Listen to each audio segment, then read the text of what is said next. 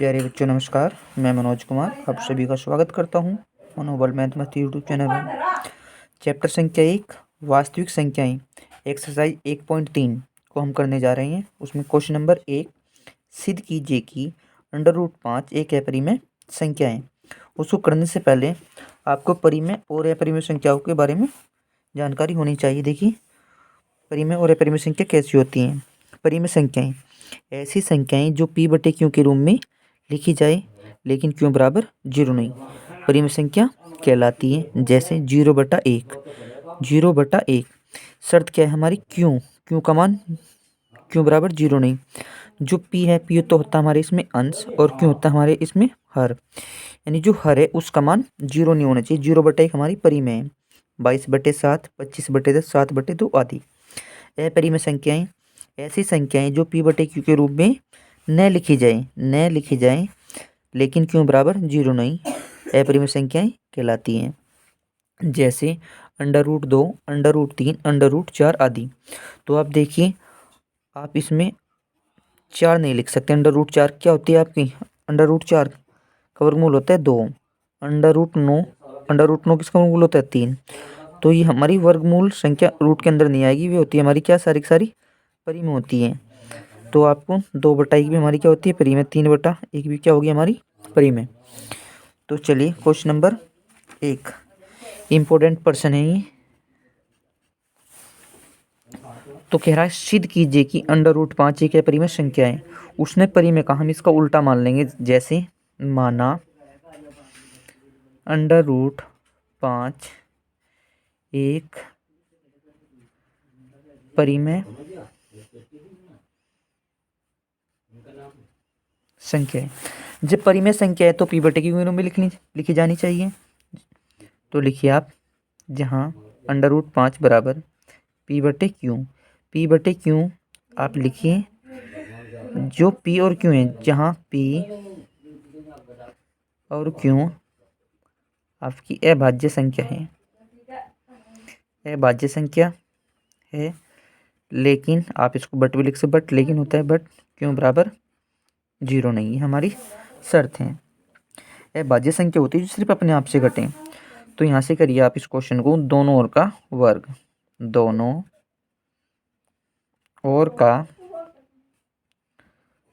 करने पर, वर्ग कैसे कराएं? मैं इसको रूट हटाना है मुझे। तो √5 इसका भी वर्ग और p/q इसका भी वर्ग। रूट से इसके वर्ग से रूट कैंसिल हो गया तो 5 बराबर ये वर्ग होगा p का वर्ग बटे q का वर्ग। इसका बटा कर लीजिए आप 1। इसकी क्रॉस होना p1 p², 5 5 q²। इसको बनाइए आप समीकरण नंबर 1। अब देखिए बच्चों, जैसे p है p² बराबर 5 q², इधर गुना में है तो इधर कहाँ जाएगा? ये भाग में। तो मैं लिख सकता हूँ इसको 5 p² को विभाजित करता है। जब ये इसको विभाजित करता है, अब देखिए इसको आप, जैसे p² है हमारा तो 5 q², इसको लिख दूंगा p गुना p बराबर 5 q²। 5 गुना में तो कहाँ जाएगा हमारा? ये भाग में। तो अब लिख सकता हूँ p 5 को भी विभाजित करेगा। इसको बना लेंगे हम समीकरण नंबर 2। ठीक है बच्चों, देखिए हमारे अंडर रूट के अंदर कितना है? 5। तो हम यहाँ पे मान लेंगे, माना जो भी रूट के अंदर होगा p बराबर 5k। तो लिखिए इसमें क्या करिए आप? दोनों ओर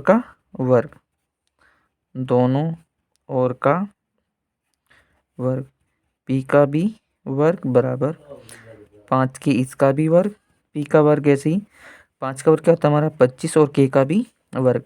p² का मान कहाँ से लिखें? p² का मान लिखिए आप समीकरण नंबर 1 से। तो यहाँ पे लिख दीजिए p² का मान समीकरण नंबर 1 से।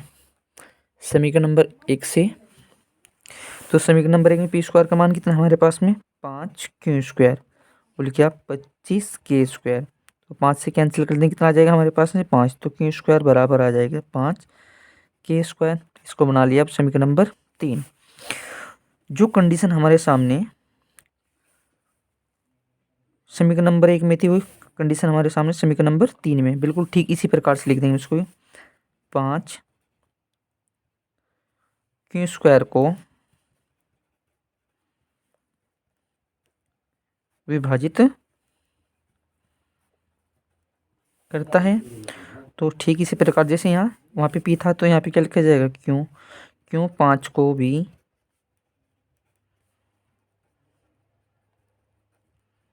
विभाजित करेगा। इसको बनाइए आप समीकरण नंबर 4। आप देखोगे समीकरण नंबर 2 और 4 को देखिए। देखने से पहले आप शर्त देखिए, जो पी बटे क्यों, जहाँ पी और क्यों अभाज्य संख्याएं लेकिन क्यों बराबर 0 नहीं, तो अभाज्य संख्या हुई तो सिर्फ अपने आप से घटे। जैसे 2, 3, 5, 7, 11 ये हमारी अभाज्य संख्या होती हैं। तो समीकरण नंबर 2 को देखिए, पी 5 को विभाजित करेगा और क्यू 5 को भी विभाजित करेगा। तो जो पी और क्यू का जो उभयनिष्ठ गुणनखंड है वो कितना बैठ रहा है हमारा यहाँ, 5 है। तो ये हमारा क्या है, ये हमारा विरोधाभास है। तो आप लिख सकते हैं इसको, देखिए इसके बाद ऊपर समीकरण नंबर 2 वह 4 से, समीकरण नंबर 2 वह 4 से स्पष्ट होता है कि पी और क्यू का उभयनिष्ठ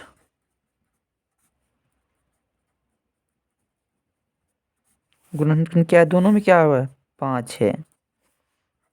लेकिन यह है अवधारणा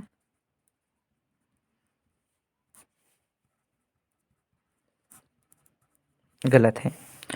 तो सही क्या है, सही है आपकी √5 एक अपरिमेय संख्या है, ये हमें सिद्ध करना था। उसके बाद आप देखिए क्वेश्चन नंबर 2, बिल्कुल ठीक इसी प्रकार से होगा। कह रहे हैं सिद्ध कीजिए कि √2 एक अपरिमेय संख्या है। तो इसको भी हम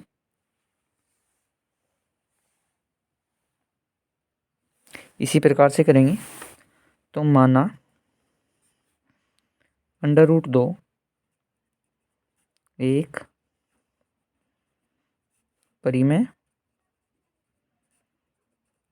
संख्या है। जब परिमेय संख्या है तो आप पी बटे क्यू को रूप में लिखिए इसको। तो √2 बराबर पी बटे क्यू, जहाँ पी और क्यू अभाज्य संख्या है लेकिन क्यों बराबर 0 नहीं। तो आप यहाँ से दोनों ओर का वर्ग करें, दोनों ओर का वर्ग करने पर तो √2 इसका भी वर्ग, पी बटे क्यों इसका भी वर्ग, तो इसके वर्ग से कैंसिल, तो क्या बच गया हमारे पास में 2। ये वर्ग दोनों का है, पी का वर्ग बटे क्यों का वर्ग, इसका बटे करिए आप क्रॉस गुना, पी एकन पी स्क्वायर, 2 एकन 2 क्यों स्क्वायर। इसको बनाइए आप समीकरण नंबर 1। इससे पहले जो मैंने आपको क्वेश्चन नंबर 1 में बताया था वही है। 2 गुना में तो कहाँ जाएगा हमारा, ये भाग में, फिलहाल यहाँ 2 है तो 2 गुना में तो कहाँ आएगा हमारा, भाग में। तो उसको लिख सकता हूँ मैं 2 पी स्क्वायर को विभाजित करता है, बिल्कुल ठीक। इसी क्वेश्चन में देखिए यहाँ से, यहाँ कितना है इस बार 2, तो इसको पी गुना पी करूँ तो पी की पावर 2 है, तो पी गुना में तो कहाँ जाएगा हमारा, यहाँ से भाग में। तो क्या लिख सकता हूँ मैं, पी दो को भी विभाजित करेगा। इसको बेटा आप समीकरण नंबर 2 बनाइए। इस हमारे पास में अंडर रूट के अंदर कौन है, 2, तो हम यहाँ मानेंगे, माना p बराबर 2 के, तो आप यहाँ से दोनों और का वर्ग करने पर, तो p का भी वर्ग बराबर 2 के इसका भी वर्ग, तो p का वर्ग बराबर 2 का वर्ग कितना होगा हमारे पास में 4, और k का भी वर्ग। तो पी स्क्वायर का मान आप समीकरण नंबर 1 से लिखिए, यहाँ पे लिख दीजिए आप समीकरण नंबर 1 से, समीकरण नंबर 1 से पी स्क्वायर का मान रखने पर, चलिए तो पी स्क्वायर का मान कितना है समीकरण नंबर 1 में, 2 क्यू स्क्वायर बराबर 4 के स्क्वायर, 2 से 2 दूनी 4, तो क्यू स्क्वायर बराबर कितना आ जाएगा हमारे पास में 2 के स्क्वायर। जो कंडीशन हमारे पास में समीकरण नंबर 1 में थी, वो कंडीशन हमारे पास में समीकरण नंबर 3 में भी देखने को मिल रही है। देखिए तो आप बिल्कुल इसी की तरह लिख देंगे, तो कैसे 2 क्यू स्क्वायर को विभाजित करता है, तो क्यों 2 को भी विभाजित करेगा। इसको आप बनाइए समीकरण नंबर 4। बिल्कुल सही वही जो इससे पहले क्वेश्चन, समीकरण नंबर 2 को देखिए, आप 4 को देखिए, पी 2 को विभाजित करता है, क्यों 2 को भी विभाजित करेगा, जबकि पी और क्यों क्या आपकी अभाज्य संख्या है। तो आप लिखिए समीकरण नंबर 2 व 4 से स्पष्ट होता है कि पी और क्यू का उभयनिष्ठ गुणनखंड 2 है, जबकि यह अवधारणा गलत है। देखिए बच्चों गलत कैसे है, आप पी और क्यू का एचसीएफ निकालिए, सदैव जो अभाज्य संख्या होती है उनका एचसीएफ सदैव 1 आता है। इनका गुणनखंड कितना, उभयनिष्ठ गुणनखंड कितना रहे 2, इसलिए अवधारणा गलत है। तो आप क्या लिख सकते हैं, तो अंडर रूट 2 एक अपरिमेय